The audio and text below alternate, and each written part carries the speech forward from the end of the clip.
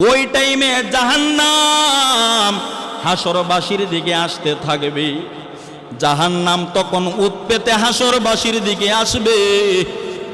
আল্লাহ তাআলা ফেরেশতাদেরকে বলবে, ফেরেশতারা তোমরা জাহান্নামকে আটকায়া ধরে রাখো।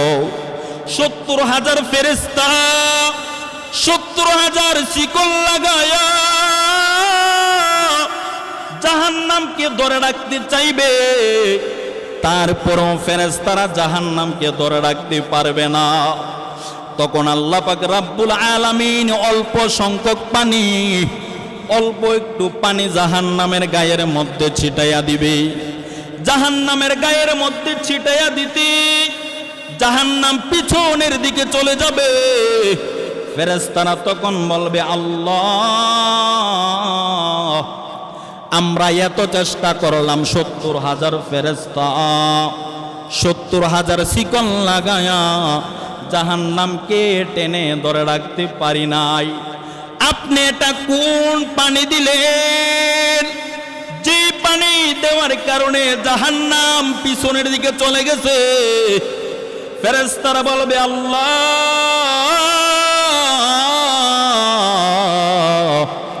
এটা কি জমজমের পানি না হাউজে কাউসারের পানি?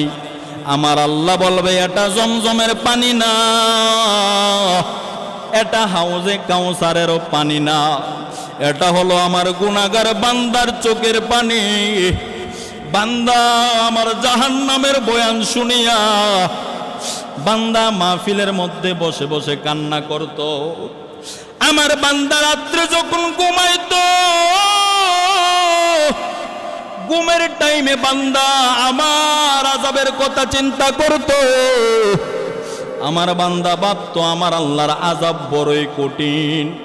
দুনিয়ার জমিনে যেই পরিমাণ গুনাহ করতেছি, এই দুনিয়ার গুনাহের কারণে যদি আমার ঠিকানা জাহান্নাম হয়ে যায়, আমি তো জাহান্নামের আযাব সহ্য করতে পারবো না।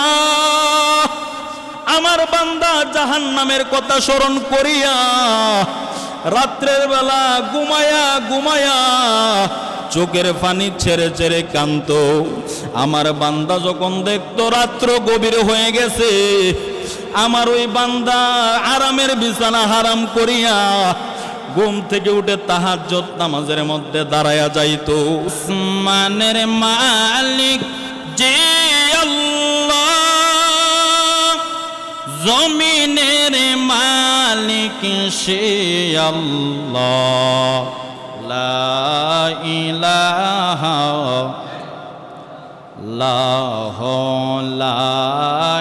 ইল্লাল্লাহ, লা ইলাহা ইল্লাল্লাহ, মুহাম্মাদুর রাসূলুল্লাহ সাল্লাল্লাহু তাআলা আলাইহি ওয়াসাল্লাম। সকলে বলি আলহামদুলিল্লাহ। আল্লাহ সুবহানাহু ওয়া তাআলার দরবারে অসংখ্য গণিত শুকরিয়া যে আল্লাহ পাক রব্বুল আলামিন আমাদেরকে দুনিয়ার সমস্ত কাজকর্ম থেকে ফারেক করে আল্লাহ তাআলার ঘর মসজিদে আসার বসার যে তৌফিকটুকু এনায়েত করেছেন। সবাই আবারও বলে আলহামদুলিল্লাহ। অনেক মানুষ বিভিন্ন কাজকর্মে এখনও লিপ্ত, এখনও অনেক মানুষ অনেক কাজের মধ্যে আছে। মসজিদে আসার মতো সময়টুকু তার হাতের মধ্যে নাই। কাজগুলো বন্ধ করে তার সমস্ত কাজ থেকে ফারেক হয়ে মসজিদে যে আসবে, এই সুযোগ সুবিধা তার নাই। আল্লাহ তাআলা যে আপনাকে আমাকে বানাইলো আল্লাহর ইবাদত করার জন্যে, জুমার দিন আজান হয়ে গেছে, আমার সব কাজকর্ম বন্ধ। ইযা নুদিয়া লিস-সালাতি মিন ইয়াউমিল জুমআতি ফাসআউ ইলা যিকরিল্লাহি ওয়া যারুল বাই'। যখন জুমার আজান হয়ে যায়, সমস্ত কাজকর্মগুলো বন্ধ করে তখন আমি আপনি মসজিদে চলে আসতে হবে। আজান হয়ে গেছে, যদি আমি আপনি কাজগুলো বন্ধ না করতে পারি, তাহলে বুঝতে হবে আমার ভিতরে এখনো দুনিয়ার লোভ আছে। বুঝতে হবে আমি এখনো প্রকৃত খাঁটি আল্লাহ তাআলার বান্দা হতে পারি নাই।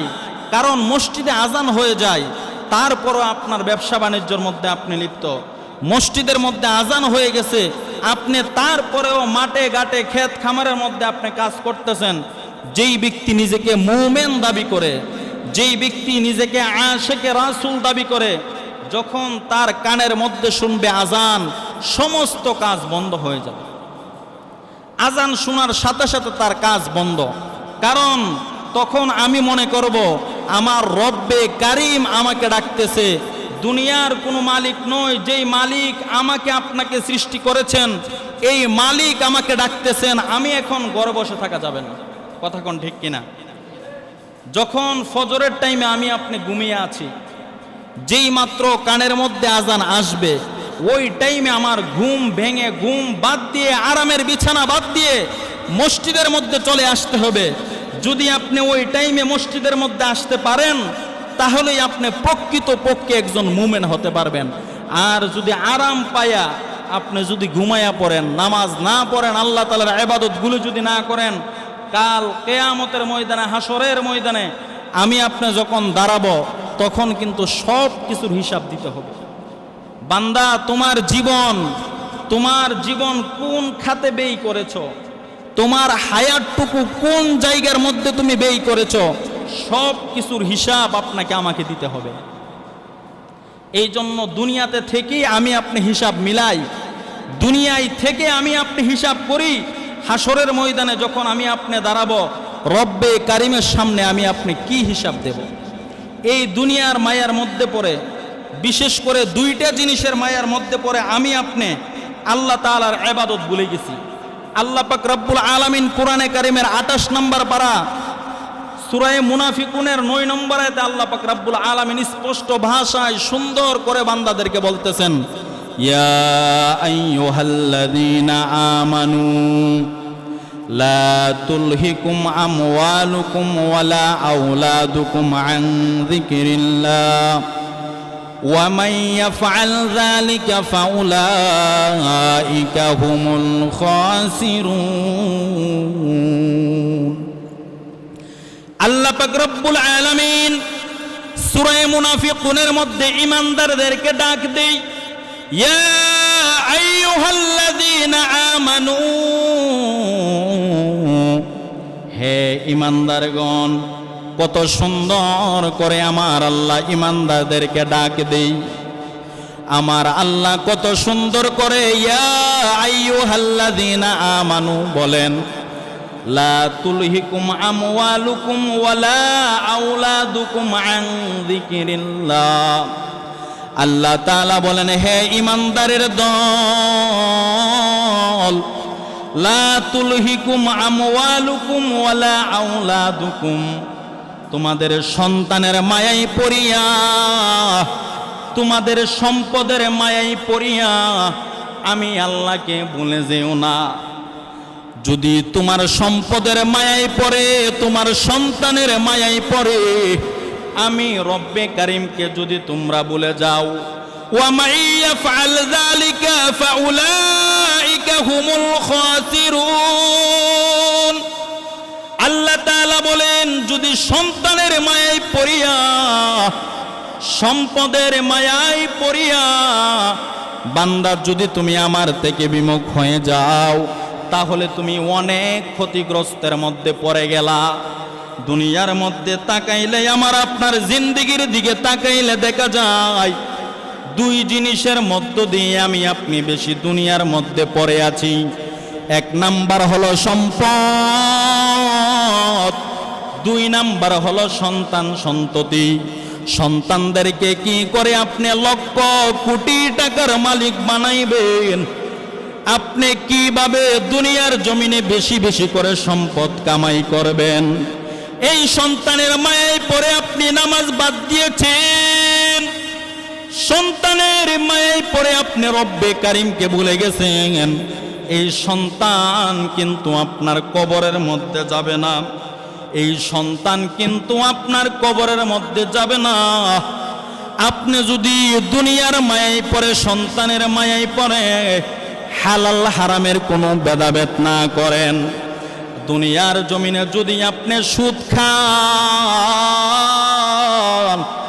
দুনিয়ার জমিনে যদি আপনি বেনামাজি হয়ে যান, হাসরের ময়দানে আপনি যখন দাঁড়াইবেন, আল্লাহ তাআলা বলেন, ফামাইয়ামাল মিসকালা যাররাতিন খায়রান ইয়ারা ওয়া মান ইয়ামাল মিসকালা যাররাতিন শাররান ইয়ারা, বান্দা যাররা পরিমাণ নেক আমল করবে তাও সে হাসরের ময়দানে দেখবে। বান্দা যদি যাররা পরিমাণ বদ আমল করে তাও বান্দা হাসরের ময়দানে দেখবে। আল্লাহ তাআলা হাসরের ময়দানে যাররা যাররা পরিমাণ হিসাব আপনার আমার কাছ থেকে নেবে। এখন আপনি যদি সন্তানের মায়ায় পড়ে নামাজ না পড়েন, হাসরের ময়দান যেদিন কায়েম হয়ে যাবে ওই টাইমে আমার আল্লাহ পাক রব্বুল আলামিন সর্বপ্রথম কিন্তু নামাজের হিসাব নিবে। কিসের হিসাব? সর্বপ্রথম নামাজের হিসাব নিবে। রাসূল বলেন, আউয়ালু মা ইউহাসাবু বিহিল আবদু ইয়াউমাল কিয়ামাতিস সালাহ, ইয়াউমাল কিয়ামাতিস সালাহ। হাসরের ময়দানে যখন আমি আপনি দাঁড়াবো, সর্বপ্রথম আমার আল্লাহ নামাজের হিসাব নেবে। দুনিয়ার জমিনে আমি আপনি যেহেতু নিজেকে মুসলমান দাবি করি, ইমানদার দাবি করি, এই জন্য আমি আপনি বিশ্বাস করতে হবে আমি আপনি হাসরের ময়দানে দাঁড়াতে হবে। হাসরের মাঠে যখন দাঁড়াবেন তখন কি নিয়ে দাঁড়াবেন? আপনি আপনার সন্তান আপনার বিরুদ্ধে হাসরের ময়দানে মামলা দায়ের করবে। আপনার সন্তান বলবে, আমার বাবা যদি আমাকে বলতো আমি নামাজি হতাম, আমি ছোট্ট বাচ্চা ছিলাম, আমার বাবা যদি আমাকে নেক কাজের উপদেশ দিত আমি নেক কাজগুলো করতাম। আল্লাহ তাআলাকে বলবে, আমাকে যদি জাহান্নামের মধ্যে দিতে হয় আমার আগে আমার বাবাকে জাহান্নামের মধ্যে পাঠান, আমার বাবার শরীরের মধ্যে বুকের মধ্যে পাড়া দিয়ে আমি জাহান্নামের মধ্যে যাব। নাউজুবিল্লাহ বলেন। আরে মিয়া, হাসরের ময়দান এমন হয়ে যাবে সন্তান তো মা বাবার পরিচয় পর্যন্ত দেবে না। হাসরের ময়দানটা এমন হয়ে যাবে, হাসরের ময়দানে দাঁড়ানোর পর বান্দা একজন আরেকজনের পরিচয় দিবে না, ছোট শিশু পর্যন্ত বৃদ্ধ হয়ে যাবে। সমস্ত মানুষগুলো অলঙ্গ হয়ে হাসরের ময়দানে দাঁড়াবে। আম্মাজান সিদ্দিকা রাদিয়াল্লাহু তাআলা আনহা, আয়েশা সিদ্দিকা রাদিয়াল্লাহু তাআলা আনহা বলে, ইয়া রাসূলুল্লাহ, হাসরের ময়দানে যে আমরা উলঙ্গ হয়ে দাঁড়াবো আমাদের কি লজ্জা করবে না? আমাদের একজনের দিকে কি অপরজন তাকাবে না? তখন রাসূল বলেন, আয়েশা তুমি বলতেছো একজনের দিকে আরেকজন তাকাবে না? এই টাইমে মানুষ নিজের চিন্তায় এতই ব্যস্ত হবে, কারণ তাকিয়ে দেখবে মানুষগুলি তার যদি নেকের পাল্লা ভারী হয় তাহলে জান্নাত, আর যদি বদের পাল্লা ভারী হয়ে যায় তাহলে তার জন্য জাহান্নাম।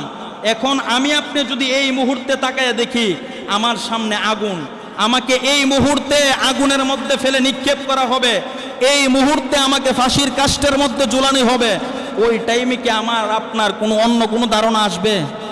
অন্য কোনো চিন্তা আসবে না। এই টাইমে শুধু নিজের চিন্তা করব কি করে আগুন থেকে বাঁচা যায়। ওই টাইমে আমি আপনি চিন্তা করব কিভাবে জাহান্নামের আগুন থেকে বাঁচা যায়। আর কোনো চিন্তা আমি আপনি করব না। যখন আপনার বদের পাল্লাগুলো ভারী হয়ে যাবে, গুনাহের পাল্লা যখন ভারী হয়ে যাবে, তখন আল্লাহ পাক রব্বুল আলামিন আপনার আমলনামাটা, বদের আমলনামাটা হাতের মধ্যে দিবেন। কিভাবে দিবে জানেন? আপনার হাত ভেঙে অপর দিকে পিছনের দিকে ঘুরাইয়া দেবে, আপনার চেহারাটা ভেঙে পিছনের দিকে ঘুরাইয়া দেবে, দিয়ে বলবে, নাও পড়ো তুমি দুনিয়ার জমিনে কি করেছো, তোমার জীবনটাকে কোন খাতে ব্যয় করেছো, সব কিছু এখানে লেখা আছে, তুমি এইগুলো পড়ো। যখন দেখা যাবে হাসরের ময়দানে জাহান্নাম হাসরবাসীর দিকে আসতে থাকবে, ওই টাইমে আর কাহারও চিন্তা থাকবে না। মা পর্যন্ত সন্তানের পরিচয় দেবে না। আমি যখন আমার মার কাছে গিয়ে বলবো, মা আমি তো অনেক বড় বিপদের মধ্যে পড়ে গেছি, আমি তো আপনার সন্তান, আপনি আমার জন্য একটু সুপারিশ করেন, একটা নেকের জন্য আমি জাহান্নামের দিকে চলে যাইতেছি, মা আপনার একটা নেক আমাকে দিয়ে দেন। মা বলবে, দুনিয়াতে তো আমার বিবাহই হই নাই। মা কিন্তু সন্তানকে চিনবে, চিনার পরেও মা সন্তানের পরিচয় দিবে না। কেন দিবে না? মা তখন টেনশনে থাকবে, আমার ঠিকানা কি জান্নাতে হই নাকি জাহান্নামে হই, আমার একটা নেক আমার সন্তানকে আমি দিয়ে দেব, যদি একটা নেকের কারণে আমি যদি ধরা পড়ে যাই আমার কি অবস্থা হবে। জাহান্নামের আগুন সহ্য করার মতো পৃথিবীর জমিনে কোনো মানুষ নাই। এই জাহান্নামের মধ্যে বান্দারা, গুনাহগার বান্দারা জাহান্নামের আগুনে পড়তে হবে। এই দৃশ্য দেখার পর কেউ কাহারও চিন্তা করবে না, সবাই নিজের চিন্তা করবে। সমস্ত উম্মতগণ, আমি আপনি সবাই ওই টাইমে হযরতে আদম আলাইহিস সালাতু ওয়াস সালামের কাছে যাব। আদম নবী বলবে, আমার নিজের চিন্তাই আমি ব্যস্ত, তোমরা অন্য কাহারও কাছে যাও। ইব্রাহিম আলাইহিস সালাতু ওয়াস সালামের কাছে যাব। ইব্রাহিম নবী বলবে, আমার নিজের চিন্তাই আমি ব্যস্ত আছি, তোমরা মূসা নবীর কাছে যাও। মূসা নবী বলবে, আমি নিজের চিন্তায় ব্যস্ত আছি, তোমরা ঈসা আলাইহিস সালাতু ওয়াস সালামের কাছে যাও। ঈসা আলাইহিস সালাতু ওয়াস সালাম সবাইকে বলবে, আমিও সুপারিশ করতে পারবো না, এখন তোমাদেরকে একটা জায়গা দেখিয়ে দেই। তোমরা যেই নবী আহমদ মুস্তফা মুহাম্মদ মুজতবা হুজুরপুর নূর সাল্লাল্লাহু আলাইহি ওয়াসাল্লাম, ওই আখির জামানার পয়গম্বরের কাছে তোমরা চলে যাও, উনি তোমাদের জন্য সুপারিশ করতে পারবে। ওই টাইমে আমি আপনি সবাই, সকল উম্মতগুলো, সমস্ত মানুষ আমার আপনার নবীর কাছে যাব। রাসূলের কাছে যাওয়ার পরে রাসূলই একমাত্র সুপারিশ করতে পারবে। নবী ছাড়া পৃথিবীর এই হাসরের ময়দানে কেউ সুপারিশ করতে পারবে না, কারণ আল্লাহ পাক রব্বুল আলামিন ওই সময় মহারাগে রাগান্বিত থাকবেন। আল্লাহ তাআলা তখন ডাক দিয়ে বলবেন, লিমানিল মুলকুল ইয়াউম লিল্লাহিল ওয়াহিদিল কাহ্হার। আল্লাহ পাক রব্বুল আলামিন তখন বান্দাদেরকে বলবে, লিমানিল মুলকুল ইয়াউম, তোমরা বলো আজকের দিনের রাজত্ব কার? আল্লাহ তাআলা নিজে বলবেন, লিমানিল মুলকুল ইয়াউম লিল্লাহিল ওয়াহিদিল কাহ্হার। আল্লাহ তাআলা বলবে, আজকের দিনের রাজত্ব হলো একমাত্র আমি আল্লাহর। আল্লাহ তাআলা মহারাগের রাগান্বিত থাকবেন। ওই টাইমে জাহান্নাম হাসরবাসীর দিকে আসতে থাকবে। জাহান্নাম তখন উৎপেতে হাসরবাসীর দিকে আসবে। আল্লাহ তাআলা ফেরেশতাদেরকে বলবে, ফেরেশতারা তোমরা জাহান্নামকে আটকায়া ধরে রাখো। ৭০,০০০ ফেরেশতা ৭০,০০০ শিকল লাগায়া জাহান্নামকে ধরে রাখতে চাইবে, তারপরও ফেরেশতারা জাহান্নামকে ধরে রাখতে পারবে না। তখন আল্লাহ পাক রব্বুল আলামিন অল্প সংখ্যক পানি, অল্প একটু পানি জাহান্নামের গায়ের মধ্যে ছিটাইয়া দিবে। জাহান্নামের গায়ের মধ্যে ছিটাইয়া দিতে জাহান্নাম পিছনের দিকে চলে যাবে। ফেরেশতারা তখন বলবে, আল্লাহ, আমরা এত চেষ্টা করলাম, ৭০,০০০ ফেরেশতা ৭০,০০০ শিকল লাগায়া জাহান্নামকে টেনে ধরে রাখতে পারি নাই। আপনি এটা কোন পানি দিলেন? যে পানি দেওয়ার কারণে জাহান্নাম পিছনের দিকে চলে গেছে। ফেরেশতারা বলবে, আল্লাহ,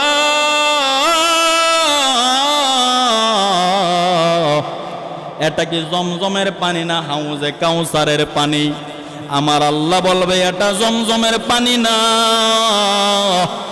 এটা হাউজে কাউসারেরও পানি না, এটা হলো আমার গুনাহগার বান্দার চোখের পানি। বান্দা আমার জাহান্নামের বয়ান শুনিয়া বান্দা মাহফিলের মধ্যে বসে বসে কান্না করত। আমার বান্দা রাত্রে যখন ঘুমাইতো, ঘুমের টাইমে বান্দা আমার আযাবের কথা চিন্তা করত। আমার বান্দা ভাবতো, আমার আল্লাহর আযাব বড়ই কঠিন। দুনিয়ার জমিনে যেই পরিমাণ গুনাহ করতেছি, এই দুনিয়ার গুনাহের কারণে যদি আমার ঠিকানা জাহান্নাম হয়ে যায়, আমি তো জাহান্নামের আযাব সহ্য করতে পারবো না। আমার বান্দা জাহান্নামের কথা স্মরণ করিয়া রাত্রের বেলা ঘুমায়া ঘুমায়া চোখের পানি ছেড়ে ছেড়ে কাঁদতো। আমার বান্দা যখন দেখতো রাত্র গভীর হয়ে গেছে, আমার ওই বান্দা আরামের বিছানা হারাম করিয়া ঘুম থেকে উঠে তাহাজ্জুদ নামাজের মধ্যে দাঁড়ায়া যাইতো। আমার বান্দা তাহাজ্জুদ নামাজে দাঁড়ায়া আমার আযাবের কথাগুলো স্মরণ করিয়া বান্দা কান্না করতে থাকতো। এই চোখের পানিগুলি আমি আল্লাহ, বান্দার চোখের পানিগুলো বৃথা যেতে দেই নাই। আমি রব্বে কারিম এগুলো কুদরতিভাবে জমা করেছি। কুদরতিভাবে জমা করিয়া এই পানিগুলি আমি জাহান্নামের গায়ে ছিটাইয়া দিলাম। আমার বান্দার চোখের পানির কারণে আজকে জাহান্নামের আগুন পিছনে চলে গেছি। জোরে বলেন সুবহানাল্লাহ। জাহান্নামের আগুন বান্দার চোখের পানির কারণে পিছনে চলে যায়। আপনি আমি কান্নাওয়ালা জিন্দেগি বানাইতে হবে। আজকে আমার কি হয়ে গেল, চোখে দিয়ে পানি আসে না। রাসূল বলেন আবকু ফা ইল্লাম তাবকু ফাতাবাকু। উম্মত তুমি কাঁদো, না কাঁদতে পারলে কাদার ভান ধরো। যেই ব্যক্তি কাঁদে তার সঙ্গে তোমার হাতটা বাড়াও। যার চক্ষু দিয়ে পানি আসে তার সঙ্গে তোমার হাত বাড়াইয়া দাও। দুনিয়ার মধ্যে যদি কোনো ঘরের মধ্যে আগুন লেগে যায়, এই আগুন নিবাইতে হলে দুনিয়ার পানির প্রয়োজন হয়। যদি আপনি জাহান্নামের আগুন নিবাইতে চান, রাত্রে নিশিরাত্রে আপনি ঘুম থেকে উঠে যান, উঠে আপনি আল্লাহর দরবারে কান্না করেন। এই কান্নার বরকতে আপনার জীবনের জিন্দেগির গুনাহগুলি মাফ করে দেবে। রাসূলের সাহাবায়ে কেরাম পুরাটা জিন্দেগি শুধু কান্না আর কান্না। আমার আপনার নবীর স্ত্রী আম্মাজান খাদিজাতুল কুবরা রাদিয়াল্লাহু তাআলা আনহা, ওনার নাম আমরা কে না জানি। রাসূলের জন্য সব সম্পদ আল্লাহর রাস্তায় বিলি করে দিলেন। উনি যখন বার্ধক্য হয়ে গেলেন, উনার বয়স যখন অনেক হয়ে গেল, উনি একদিন রাসূলকে ডাক দিয়া কই, ইয়া রাসূলুল্লাহ, ইয়া হাবিবাল্লাহ নবী, আপনার কাছে আমি কয়েকটা আবদার করব, আপনি রাখবেন নি? রাসূল তখন বলে, খাদিজা, তুমি খাদিজা আমার দুঃখের দিনের সাথী। খাদিজার সমস্ত সম্পদ আল্লাহর রাস্তায় দান করে দিলা। তুমি আমাকে অনেক উপকার করেছো রে খাদিজা। তুমি বলো তুমি কি চাও? ওই টাইমে খাদিজা বলে, ইয়া রাসূলুল্লাহ নবী, আমি যখন ইন্তিকাল করব, আপনি আমার সঙ্গে ওয়াদা দেন, আপনার শরীরের জুব্বা মুবারক দিয়া, আপনার জামা মুবারক দিয়া আমি খাদিজার দাফন আপনি নবী করবেন নি। দোকানের কোনো কাফন আনবেন না, আপনার নিজের শরীর মুবারকের জামা মুবারক দিয়ে আমি খাদিজার দাফন করবেন। এই কথা শোনার পর আমার নবী কান্দে। আমার নবীর চক্ষু মুবারক দিয়ে জর জর করে পানি পড়ে, আর বলে, ইয়া রাসূলুল্লাহ নবী, আমাকে যখন কবরের মধ্যে শোয়া দিবে গো নবী, আপনি বলেন সমস্ত মানুষ যখন আমাকে দাফন করে চলে আসবে, ওই টাইমে আপনি নবী আমার কবরের পাশে দাঁড়াইয়া থাকবেন। আপনি নবী আমার মুনকার নাকিরের সওয়াল জবাবটুকু দিয়ে দেবেন। নবী গো, আমার কবরের মধ্যে ভয় হয়, কবরের মধ্যে আমার ভয় হয় গো নবী। আপনার কাছে আমি বলবো গো নবী, মুনকার নাকির যখন আমার কবরে সওয়াল জবাব নেওয়ার জন্য আসবে, আপনি নবী আমার সওয়াল জবাবগুলো দিয়ে দেবেন। রাসূলের স্ত্রী খাদিজা সর্ব অবস্থায় আমার নবীর পাশে পাশে ছিল। ওই খাদিজা কিরকম বই করত কবর। একদিন আম্মাজান আয়েশা সিদ্দিকা রাদিয়াল্লাহু তাআলা আনহা বলে, ইয়া রাসূলুল্লাহ নবী, আপনি বুড়ি মহিলাটার জন্য কেন এত কান্না করেন? আমার নবী বলো আয়েশা, তুমি বলো বুড়ি মহিলার জন্য আমি কেন কান্না করি? খাদিজারে তুমি বুড়ি মহিলা বলিও না, তোমরা তো আজকে আমার সুখের দিনের সাথী, খাদিজা হলো আমার দুঃখের দিনের সাথী। যেই সময় আপন লোকগুলো পর্যন্ত আমার শত্রু হয়ে গেছে, আপন মানুষগুলো আমাকে মারার জন্য ঘুরে, ওই টাইমে খাদিজা আমার পাশে, খাদিজা সর্বক্ষণ আমার পাশে পাশে থাকতো। এই খাদিজা যদি কবরকে এমন ভয় করে, আপনার আমার ভয় করার দরকার আছে না নাই? আল্লাহ তাআলা বলেন ইন্নাল আবরার লাফি নাঈম ওয়া ইন্নাল ফুজ্জার লাফি জাহিম। নেককারদের জন্য কবর হবে জান্নাত, আর বদকারদের জন্য কবর হবে জাহান্নাম। হাসরের ময়দানে দাঁড়ানোর পর দেখা যাবে আল্লাহ তাআলা যখন মহারাগে রাগান্বিত থাকবে, ওই টাইমে আল্লাহ তাআলা হাসরবাসীকে বলে দেবে ওয়ামতাজুল ইয়াউমা আইয়ুহাল মুজরিমুন, ওয়ামতাজুল ইয়াউমা আইয়ুহাল মুজরিমুন। আল্লাহ তাআলা বদকার বান্দাদেরকে বলবে, গুনাহগার বান্দাদেরকে আল্লাহ তাআলা বলবে ওয়ামতাজুল ইয়াউমা আইয়ুহাল মুজরিমুন, তোমরা নেককারদের কাছ থেকে আজকে আলাদা হয়ে যাও। নেককারদের কাছ থেকে গুনাহগার বান্দাগুলি আজকে আলাদা হয়ে যাও। ওই টাইমে আমাকে আপনাকে যদি আল্লাহ আলাদা করে দেয়, প্রতিদিন চিন্তা করবেন আমার জীবনে কতগুলো গুনাহ আছে, পুরাটা জিন্দেগি কতগুলো গুনাহ করে কাটাইলাম।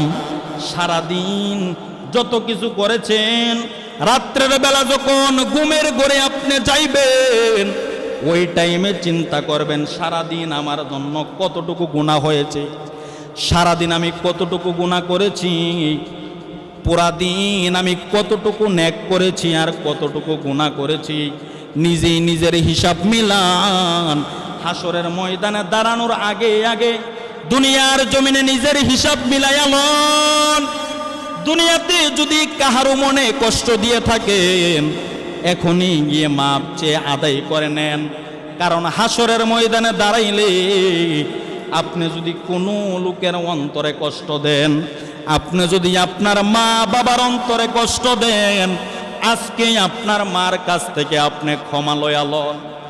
আজকে আপনি মার পায়ে ধরে ক্ষমা চান। আপনার মার অন্তরে যদি আপনি কষ্ট দেন, আজকে আপনি মার কাছ থেকে ক্ষমা নিয়ে নেন। কারণ মা যদি আপনাকে বদদুয়া দেয়, আপনার জিন্দেগি শেষ। কথা কোন ঠিক কিনা? আরো জোরে বলেন ঠিক কিনা? মা যদি সন্তানরে বদদুয়া দেয়, সন্তানের দুনিয়া এবং আখিরাত বরবাদ হয়ে যাবে। অনেক সন্তান আছে বিবাহ করার পর সন্তান মা বাবার মনে অনেক কষ্ট দেয়। সন্তান সন্তান তুমি আজকে কান খুলে শুনে রাখো, তোমার মা যদি তোমাকে বদদুয়া দেয়, তোমার জিন্দেগি শেষ হয়ে যাবে রে সন্তান। মা কিন্তু সন্তানরে বদদুয়া দেয় না। যদিও সন্তানের আচরণের কারণে, কর্মের কারণে সন্তানের প্রতি মার বদদুয়া এসে যায়, তারপরও মা কি করে জানেননি? রাত্র যখন গভীর হয়ে যায়, মা তখন আরামের ঘুম বাদ দিয়ে দেয়। আরামের ঘুম বাদ দিয়ে বিছানা থেকে উঠে যায়, উযু বানায়া 2 রাকাত নামাজ আদায় করিয়া অনেক মা আল্লাহর দরবারে 2টা হাত বাড়ায়া দেয়। আল্লাহকে বলে, আল্লাহ আমার সন্তান বোঝে নাই রে মালিক, আমার অন্তর থেকে যদিও বদদুয়া এসে যায় রে আল্লাহ, আমার সন্তান রে তুমি মাইরো না। আমার সন্তান রে তুমি আযাব গজব দিও না। যেই সন্তান রে আমি 10 মাস 10 দিন গর্ভে ধারণ করলাম, যেই সন্তান রে আমি 2টা বছর দুধ খাওয়াইলাম, এত কষ্ট করে সন্তান রে আমি লালন পালন করলাম, আমার সন্তানের যদি কোনো কিছু হয়ে যায় আমি মা সহ্য।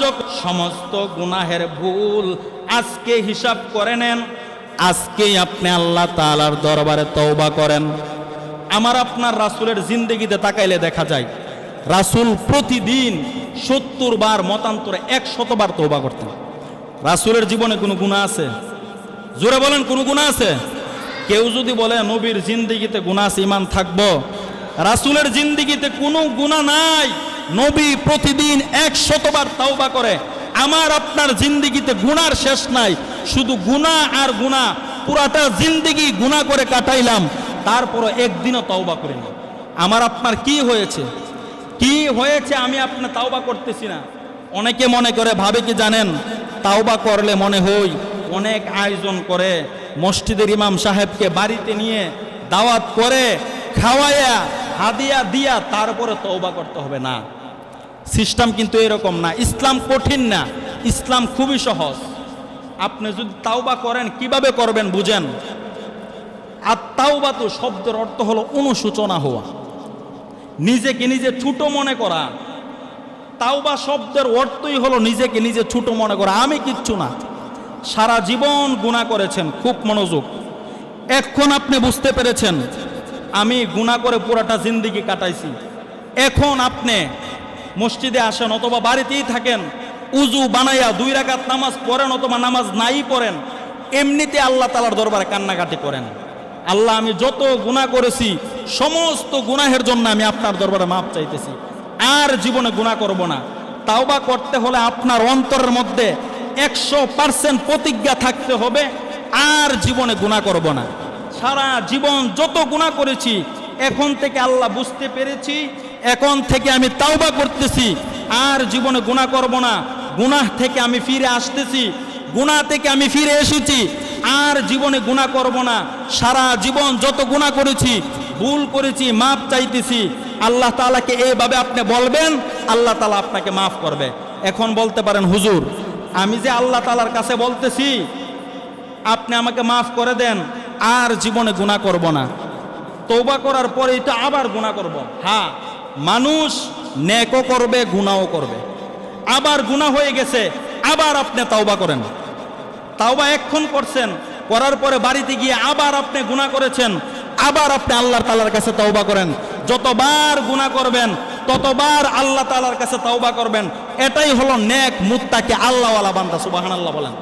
আল্লাহ তাআলা যেন আমাদের সকলকে কথাগুলো মানার, বুঝার, আমল করার তৌফিক দান করে।